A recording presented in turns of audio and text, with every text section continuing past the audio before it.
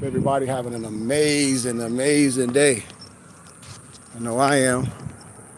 Just finishing my miles.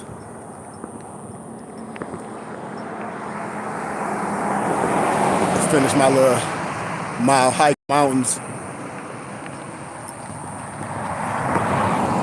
But it's a little warm still. So I'm doing my little walk through my neighborhood. But as you can see, we surrounded by mountains, and all four corners mountains is surround us out here, Arizona. So I was just finishing my walk. This is one of the smaller mountains, but around the corner from my place is where I hike all the way up. But it's just a little too warm right now, so I'm finishing through my neighborhood, finishing my walk. But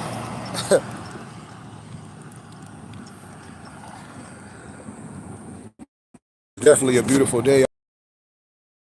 But I want to talk about religious laws fast. But I had a conversation with my professor earlier, which is a European Anglo-Saxon, whatever you want to call it. And he followed me on all my social media platforms. And he's a Mason. And he said, isn't it ironic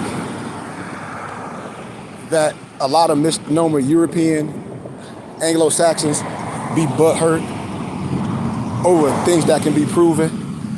It shows that they the ones that's really racist.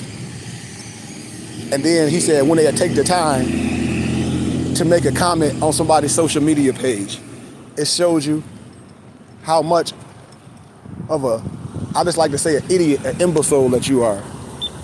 You know, and this coming from a so-called European that's an educator, that's a scholar, and one of my colleagues.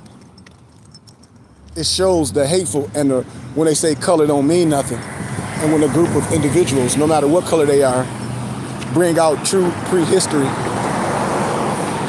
these hateful Anglo-Saxons and the hateful Negro that don't understand history have a problem with it. And that goes to show you that we love propaganda. And it goes to show you that truth has no sides. But when I talk about religious laws, when I hear people tell people to go get marriage license and get a will, well, that's a third-party contract. And when you have your religious laws, you don't need to involve anyone in your third-party contract. It's just like when you look up words and you look up the etymology or the origin of words, and they have different descriptions of that word, then that means you need to know the context and how do it fit you. And a lot of people don't read. That's why a lot of people are operating and letting the government be their dad. Why? Because if you don't have your religious laws and if you don't know this, then you're going to deal with them. You're going to go to the hospital and have a child and then try to say, well, you don't want to go by their rules when you're a willing obligor when you go to their facilities. You should have your own midwife. You know, when you get married, you don't have to go downtown to no city hall and get no marriage license. If you don't know that, then that's on you. What you think the whole science of when indigenous people jump the broom? You do all this in your religious set because a marriage license is a third-party contract. And that came from the DAR, which is the Daughters of American Revolution. You know, the European or the Anglo-Saxon Masonic ladies that wear the white fez with the gold tassel. And our empresses, they say they some Eastern stars. That's where all that come from. And our own people don't even know it. And we fall under this stuff. We fall under this trap. Because we don't know our religious laws. And your religious laws trump everything.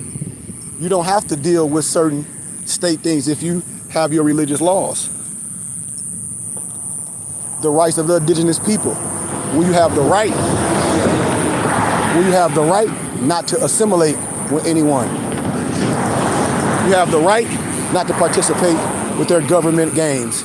I'm not saying I'm for it. I'm not saying I'm against it. But what I'm saying, I don't have to participate. And when I say that, I don't have to do nothing that the government say is have to do for its citizens. because I've been adopted under my religious laws, and my religious laws trump everything. If you don't understand that, you deal with the government. You give all your money to Uncle Sam instead of your religious and charitable contribution of your choice. And that's one to grow on. I want y'all to know that. Peace.